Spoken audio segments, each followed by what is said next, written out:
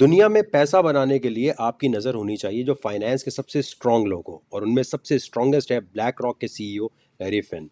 और नज़र होनी चाहिए कि ये लोग किस तरफ जा रहे हैं, और उसके साथ नज़र होनी चाहिए कि दुनिया की बड़ी बड़ी यूनिवर्सिटीज क्या पढ़ा रही हैं और किस पे रिसर्च ज़्यादा करवा रही हैं। $1 बिलियन पाकिस्तान में फॉरन कैसे आ सकता है। टेक्नोलॉजी मूवमेंट पाकिस्तान का चेयरमैन होने के नाते आपको आइडिया वो देना चाहता हूँ जो 2016 में दिया, 17 में दिया, 18 में दिया, और अब उस आइडिया के साथ हो क्या रहा है। क्या वो आइडिया पाकिस्तान में इंप्लीमेंट हो रहा है? नहीं, उस आइडिया को बैन करने की बात हो रही है। अब देखते हैं जो आइडिया वकार जका ने दिया उससे दुनिया के बाकी ममालिक ने कुछ पैसे कमाए या वकार जका साहब अपनी तरफ से बोल रहे थे। 2019 अप्रैल 12 को यह आइडिया दिया गया और हर जगह न्यूज पे ये बताया गया कि जी मैं कर्जे उतार सकता हूं। सबने मजाक बनाया, नहीं भाई ऐसा नहीं हो सकता, झूठ बोल रहा है, बिटकॉइन से कैसे कर्जा उतरेगा।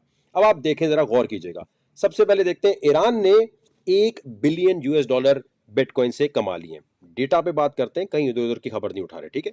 अब यहां पर आते हैं, काजाकिस्तान ने $7 मिलियन कमा लिए 2022 में सिर्फ क्रिप्टो माइनिंग से टैक्सेस की मद में वसूल करके। इंडिया की बात करें तो इंडिया की गवर्नमेंट कहती है कि इंडियन रुपीस में 60 करोड़ रुपए उन्होंने जमा किए हैं क्रिप्टो में, जो भी लोग काम कर रहे हैं उनसे टैक्सेस की मद में। भूटान जो है उसके बारे में खबर आई है कि सीक्रेटली बिटकॉइन की माइनिंग कर रहा है जब बिटकॉइन $4000 के आसपास था। और कौन सी टेक्निक यूज कर रहा है? हाइड्रो पावर की, वो चीज जो केपी के गवर्नमेंट के साथ मिलकर मैंने गया और अपने पैसे लगाए। केपीके की गवर्नमेंट ने नहीं लगाए। ये भी खबर गलत होती है कि केपीके की गवर्नमेंट सोच रही है हम पैसे लगाते, नहीं, हमने पैसे लगा के हाइड्रो पावर के थ्रू मशीनें वहां लगाई और दिखाया कि इससे कितने ज्यादा पैसे बन सकते हैं। सारा डेटा जमा कराया, लेकिन उस आइडिया के साथ क्या हुआ ये जानने के लिए कि भूटान इससे कितने पैसे बना रहा है, बिटकॉइन माइनिंग मैप कोई भी जाके देख सकता है।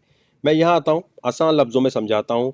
इस वक्त जो पावर है भूटान के पास बिटकॉइन वसूल करने की, वो है 4.49 पेंटा हैश। आजकल के रेट के हिसाब से अगर इस पावर को कैलकुलेट किया जाए तो तकरीबन $1 मिलियन बनता है। अब मैं आपको वो कैलकुलेशन दिखाता हूं कि आम बच्चे को भी समझ आ जाए कि कितने पैसे भूटान कमा चुका है। जब भूटान ने बिटकॉइन की माइनिंग शुरू की तो एक बिटकॉइन तकरीबन $4000 का था। $1 मिलियन वो उस वक्त भी कमा रहे थे बिटकॉइन में। अगर मैं इसको डिवाइड करूं तो ये बनते हैं 250 बिटकॉइन पर महीना। ठीक हो गया। अब मैं इसको मल्टीप्लाई कर देता हूं 12 से, तो हो गया पूरे साल के 3000 बिटकॉइन। ये माइनिंग कर रहे हैं 4.5 ईयर्स हो चुके हैं, तो ये बनते हैं 13500 बिटकॉइन जो भूटान के पास इस वक्त पड़े हुए हैं। इस वक्त जो बिटकॉइन की कीमत चल रही है उसके मुताबिक अगर जाके देखें तो 13500 बिटकॉइन बनते हैं $360,540,450। अगर आप वकार जका हाइड्रो पावर माइनिंग मशीन जाके सर्च करेंगे तो आपको अंदाजा होगा कि ये वही आइडिया है जिससे भूटान ने इतने ज्यादा पैसे बना लिए हैं, जो वकार जका हुकूमत पाकिस्तान को दे चुका था। लेकिन इनको समझ क्यों नहीं आई बात, उस पर बात करते हैं। Global crypto currency ownership data के मुताबिक पाकिस्तान में लोगों के पास $26 मिलियन वर्थ की क्रिप्टो करेंसी पड़ी है। अब हुकूमत पाकिस्तान क्या चाहती है कि ये पैसा पाकिस्तान से दुबई चला जाए, क्योंकि जैसे ही आप बैन करेंगे लोग दुबई जाकर इसको कैश आउट कर लेंगे। क्या हुकूमत पाकिस्तान को एक एमनेस्टी स्कीम क्रिप्टो की नहीं निकालनी चाहिए कि आके अपनी क्रिप्टो डिक्लेयर करो और इस पे कुछ ना कुछ टैक्स देना शुरू कर दो? अभी भी वक्त है। $1 बिलियन कैसे आ सकता है? 2021 में ट्रेडिंग वॉल्यूम की बात करें या जो भी आपने जिस अंदाज में भी देखना है, वॉल स्ट्रीट जर्नल रिपोर्ट करता है कि 76 बिलियन अ डे बाइनेंस कमाता है, जो दुनिया का सबसे बड़ा एक्सचेंज है। अब पाकिस्तानी हुकूमत को, आईटी मिनिस्टर को इतनी दफ़ा मैं कह चुका हूँ, लेटर लिख चुका हूँ, स्टेट बैंक वालों से कह चुका हूँ कि इनको आप बैन करने के बजाय एक लेटर भेजें कि भाई आप हमारे मुल्क में 2018 से काम कर रहे हैं। इस वक्त पाकिस्तान सबसे बड़ी मार्केट बनी हुई है बाइनेंस के लिए। आज एक लेटर भेजें बाइनेंस को और बाकी सारे एक्सचेंजेस को कि भाई आप सबसे हमें $1 बिलियन चाहिए। ये देंगे, क्यों नहीं देंगे? और अगर अगर आपको ये ठीक नहीं लगते तो फिर आपको एक और काम करना चाहिए। हम लोगों ने एक्सचेंज बना के रेडी किया हुआ है। हम चाहते हैं जैसे पाकिस्तान क्रिकेट बोर्ड है इस तरह पाकिस्तान क्रिप्टो बोर्ड बनाया जाए। अब गौर से समझिएगा इस बात को कि 2019 में ये आइडिया लेकर बार बार मैं गया, साइंस मिनिस्टर, आईटी मिनिस्टर, हर एक के पास जाके समझाया कि हमारे पास सिर्फ पेपर पे आइडिया नहीं, हमने 10up के नाम से एक क्रिप्टो करेंसी का एक्सचेंज बनाया हुआ है जो हम गिफ्ट करना चाहते हैं। वकार जका के पास पैसे नहीं आएंगे, पाकिस्तान क्रिप्टो बोर्ड लॉन्च करेगा और सारी दुनिया का उस पर एतबार इसलिए होगा कि भाई एक हुकूमत एक एक्सचेंज की सर्विसेज दे रही है तो ये तो नहीं कहीं भागने वाली। तो सारी दुनिया के लोग जो बिटकॉइन और क्रिप्टो को पसंद करते हैं, एनएफटी खरीदना चाहते हैं, मेटावर्स की दुनिया में आना चाहते हैं, वो पाकिस्तान के बनाए हुए डिजिटल प्रोडक्ट को इस्तेमाल करेगी और सर्विस में पाकिस्तान को पैसे मिलियंस ऑफ डॉलर में मिलेंगे। आप खुद सोचें, अगर बाइनेंस ट्रेडिंग वॉल्यूम में इतने पैसे एक दिन में 2021 में कमा रहा है, तो 2019 में अगर वकार ज़का का क्रिप्टो करेंसी का एक्सचेंज लॉन्च करने का आइडिया सुन लिया जाता, तो हमारे पास भी मिलियंस ऑफ डॉलर आ रहे होते। अब अगर कोई कहता है कि ग्रे एरिया का या एफएटीएफ का मसला है, तो हरगिज ऐसी बात नहीं है। एफएटीएफ तो खुद कहता है भाई रेगुलेट करो,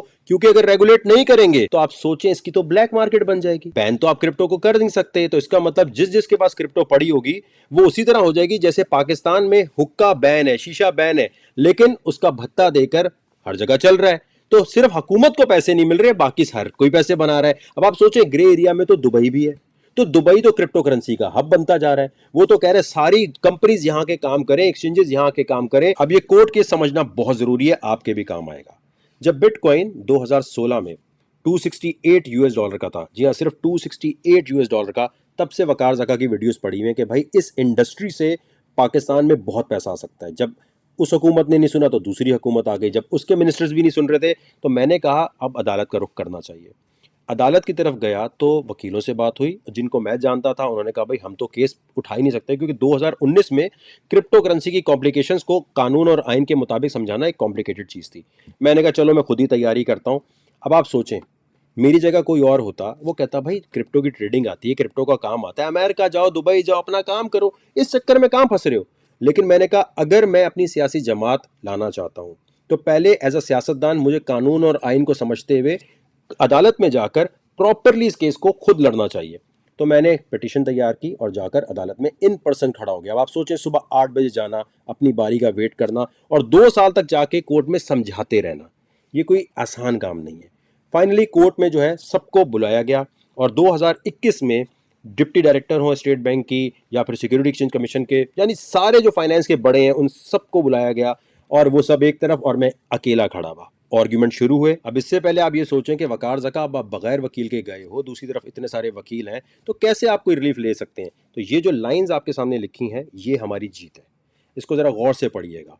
जब वहाँ आर्ग्यूमेंट शुरू हुआ तो मैंने कहा कि मेरे अदालत आने की वजह यह है कि पाकिस्तानी हुकूमत इससे पैसे बना सकती है, तो स्टेट बैंक इसको बैन कैसे कर सकता है और किस कानून के तहत कर सकता है।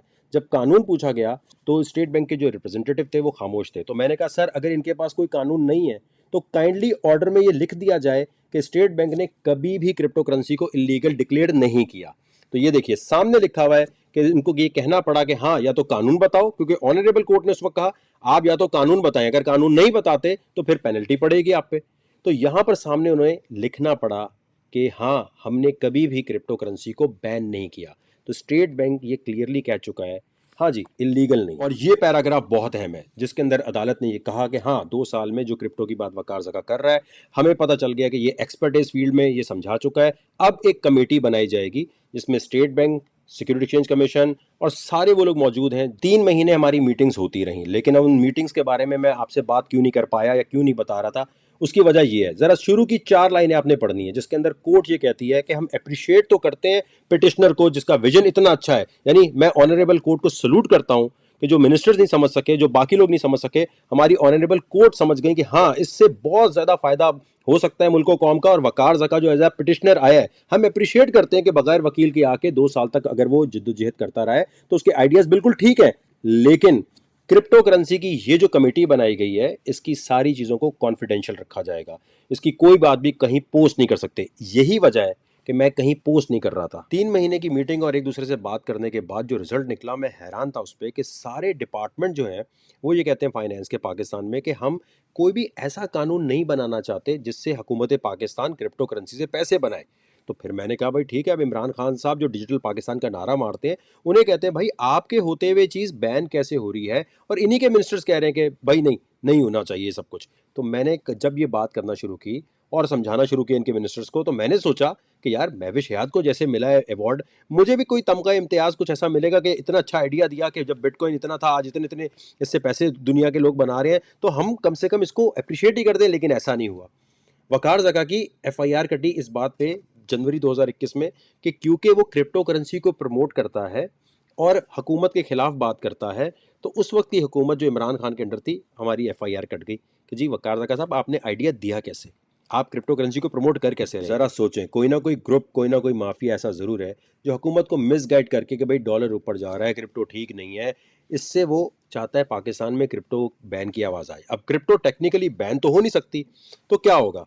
ब्लैक मार्केट इसकी ग्रो हो जाएगी और उस ग्रुप और माफिया का फायदा होना शुरू हो जाएगा। जरा सोचें ये कौन होगा। और मैं हुकूमत से रिक्वेस्ट करूंगा, जरा 1 मिनट के लिए सोचिए, क्रिप्टो को बैन करके या रेगुलेट ना करके आप क्या कर रहे हैं? ब्लॉकचेन की इंडस्ट्री गई, एनएफटी की बिलियंस ऑफ डॉलर की मार्केट गई, मेटावर्स की मिलियंस ऑफ डॉलर की मार्केट गई। और सिर्फ ये प्रोडक्ट बेचने या की वाइज नहीं गई, इनकी जो जॉब्स आनी है पाकिस्तान में, जो कोडिंग करनी है, जो वेबसाइट डेवलपर्स हैं, वो भी जॉब पाकिस्तान में नहीं आएगी। फिर बांग्लादेश जाएगी, इंडिया जाएगी। तो आप एक बहुत बड़ी बूमिंग इंडस्ट्री को तबाह कर रहे हैं। नौकरियां जो पाकिस्तान को ऑनलाइन मिलनी चाहिए उससे भी महरूम कर देंगे। अब सोचे पाकिस्तान में पेपैल आता नहीं है, क्रिप्टो करेंसी को बैन कर रहे हैं, पेमेंट गेटवे के मसाइल यहाँ पर है, फ्रीलांसर के लिए कोई यहाँ पर मुहिम नहीं है। इन तमाम चीज़ों का एक ही हल है, हमारी सियासी जमात है टेक्नोलॉजी मूवमेंट पाकिस्तान। इसमें आप लोग लीड करेंगे, आप लोग आएंगे। यहाँ आने के बाद आपने देखना है कि जो हमने रोड मैप बनाया है इसको कंपेयर करें आप, कि जिस तरह का रोड मैप हम लेकर आ रहे हैं, जिस तरह मदरसों को हम मॉडर्नाइज करना चाहते हैं, जिस तरीके से हम लोग बात कह रहे हैं कि पाकिस्तान का हल है कि रूरल एरियाज पे फोकस किया जाए, किसान को हीरो बना के सामने लाया जाए। हमें इस चीज़ को देखना है कि पाकिस्तान में artificial intelligence based agriculture system को सामने लेकर आना है, हमें वुमेन वर्कफोर्स को कैसे लेकर आना है। ये जो रोड मैप हमने दिया हुआ है इसको जाके पढ़ें, इसमें अपनी राय बताएं, क्योंकि आने वाले वक्त में हम सबको उन लोगों को सपोर्ट करना है जो अपनी वेबसाइट पे पाकिस्तान पे रोड मैप क्या होना चाहिए पॉलिसी का वो दिखा सकें। जो नहीं दिखा सकता उसके वादों नारों पे बिल्कुल नहीं जाना। और मैं रिक्वेस्ट करूंगा कि टेक्नोलॉजी मूवमेंट के इस प्लेटफॉर्म से मैं वेलकम करता हूं, जो भी मिनिस्टर, जो भी इदारा इसको बैन करना चाहता है, प्लीज सोशल मीडिया पे लाइव आएं ताकि लोगों के सामने हम बात कर सके आपके आर्गुमेंट क्या है। हो सकता है आपके पास कोई वैलिड आर्गुमेंट हो, लेकिन उसको सोशल मीडिया पर सामने आके लाइव डिबेट करें।